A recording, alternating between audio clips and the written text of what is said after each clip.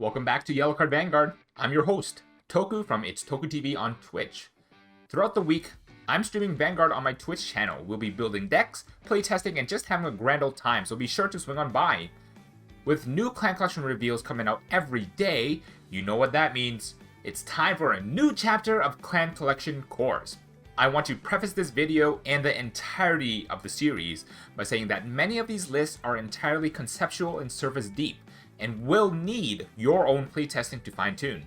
But each of these will aim to provide a way of thinking on how to take your new support in Clan Collection 3 and 4 and put it into a working deck. They won't all be optimized, but I believe they will be a good baseline to build off of. Welcome to Clan Collection Cores.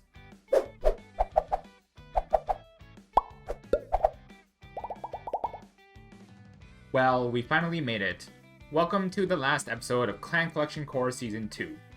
Thank you everyone for sticking through till the very end. It means a lot to me, and I hope you all enjoyed the process. We're ending it with a bang here, with the unit that instilled the most hype for the set, Raging Fall Dragon Reverse, as well as Revenger support. Let's see if Raging Fall Dragon was a Raging Fail or a Raging First Class card. Introducing the big guy himself, Revenger. Raging Fall Dragon Reverse. Non-once per turn act on the Vanguard circle. You can lock a Revenger rearguard and give 3 Revenger units 5k. Then once per turn, for every locked card you have, this card's cost is reduced by Counterblast 1. At the end of the battle that it attacked, you can Counterblast 3 and discard 3 to lock up to 2 standing rearguards. Afterwards, if you have 2 or more locked cards, or are at limit break 5, restand this unit. I like this card. I like this card a lot. What I appreciate the most from Raging Fall is that he's not restricted to any bullshit clauses. None of this, your opponent being grade 3, none of this if it's the first battle, none of this if you didn't ride this turn horseshit. Just a strong card to plop down on your first grade 3 turn. The only restrictions with Raging Fall is being locked to Revengers to lock. He's very xenophobic, but I think that's fine. Raging Fall is able to operate with no counterblast as well. At the very least, if we have 3 Revenger names and no counterblasts, we can still become a restanding 28k Vanguard before force marker buffs. Is why I think Raging Fall is probably the best first ride going into grade 3. Then, we can save our Raging Form Dragons for when we have limit break 4. The new grade 2 is Overcoming Revenger Rukia.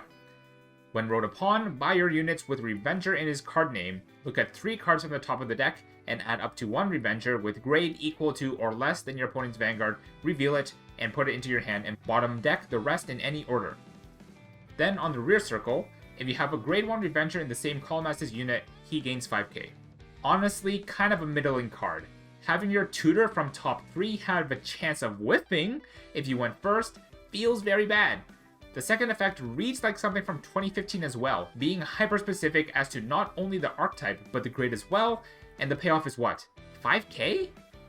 Regardless, he is a Revenger name and that alone counts for something with respect to both Raging Form Dragon forms. The new grade 1 is Self-Control Revenger Rakia.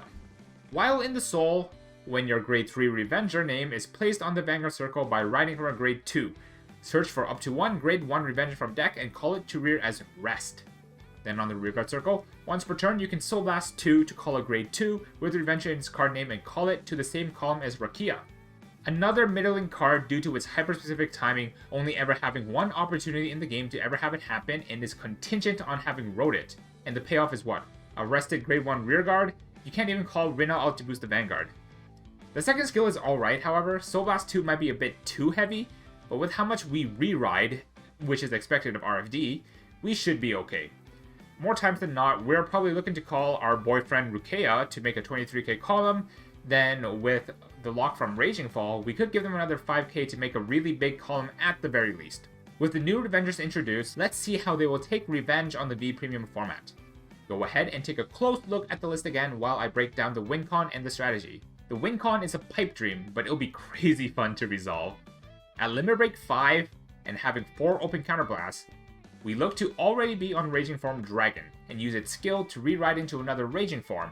Counterblast 1 for the new one's limit break skill to call a new Revenger.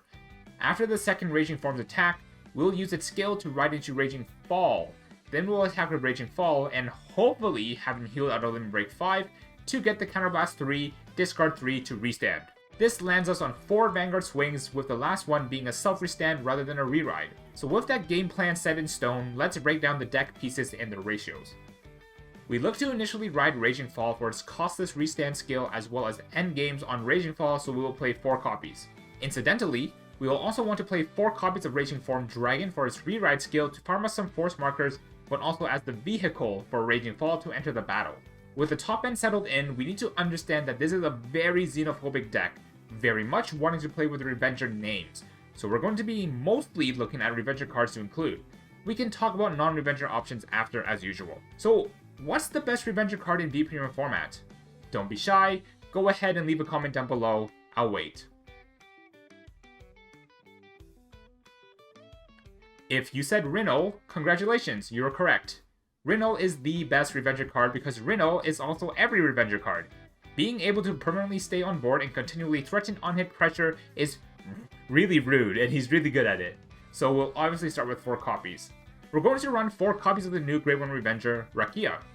He will be our ideal Grade 1 ride for that free +1 to board, but he's also a good way to make Revenger bodies for our RFD to eat.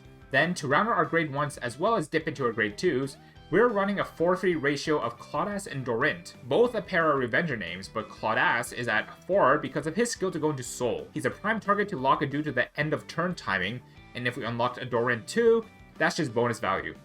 Dorint is really just there to be a Revenger name, but more so for that double lock interaction between the 2 cards, so we're only going to run 3 copies. Next up is the new Grade 2 Overcoming Revenger Rukia at 4 copies.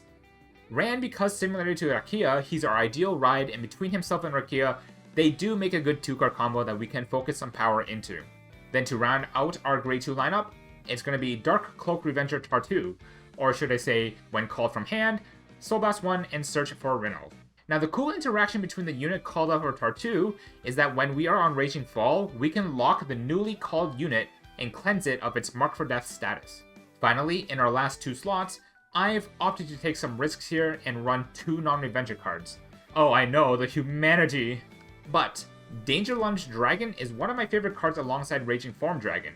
RFD is just able to amass a large amount of force markers from its skill to re-ride, and as such, Danger Lunge Dragon will probably be live quite easily and could be the big oomph that we needed to close out games.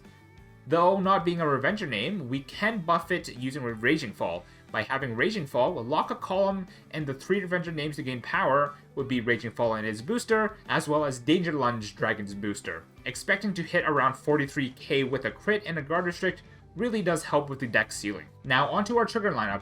It's once again a very familiar face here, the 8 crit, 4 draw, 4 heal Guardian Paradigm. But most importantly is this crit right here. Grim Revenger, mandatory due to its Revenger name. Now that's my pure Revenger list, and it's only pure because I pay heed to how xenophobic the new support is, but that shouldn't stop you from experimenting and branching out. Honestly, we could revisit the PBD ride skip engine, with Nemain, Bendy, Dumphood, Blaster Dark, and PBD. But this time around, since we're not going to be running Mordred and thus 4 copies of Blaster Dark, this opens up 3 slots in the main deck for our newer or other Revenger names. Getting the PBD engine into the deck makes for a very disgusting turn 4 when going first. Already having 2 force markers and a 13k base body able to shrug off most attacks let us do that 0 counterblast Raging Fall turn right after. So to conclude the video, is the new pure Revenger stuff better than the current clan representative Luard? No, of course not. What it is though is incredibly fun to play and maneuver around various board and lock configurations to get the best out of your buck. Raging Fall and RFD do what Luard can't do, and that is multiple Vanguard swings, and those 2 cards do a lot of multiple Vanguard swings. So while overall, with respect to Clan Shadow Paladin, no, Revengers are not the best deck for the format, but they are the best at doing what strictly they can only do, and that is restanding Vanguards.